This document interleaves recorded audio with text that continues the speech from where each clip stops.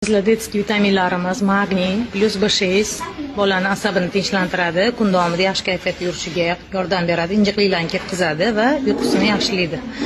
Bolalaringizga ichiringlar, ichida 60 ta kapsula tabletka ko'rinishida, jevatelniy qizlar, suv bilan ichilmaydi, jevat qilib, maza qilib, shimadi. Va qizlar omegamiz yaxshi dozada 700 mg.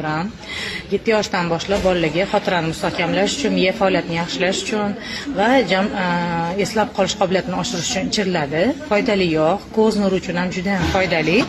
Va mana bunaqa vitaminli kompleksimiz qizlar.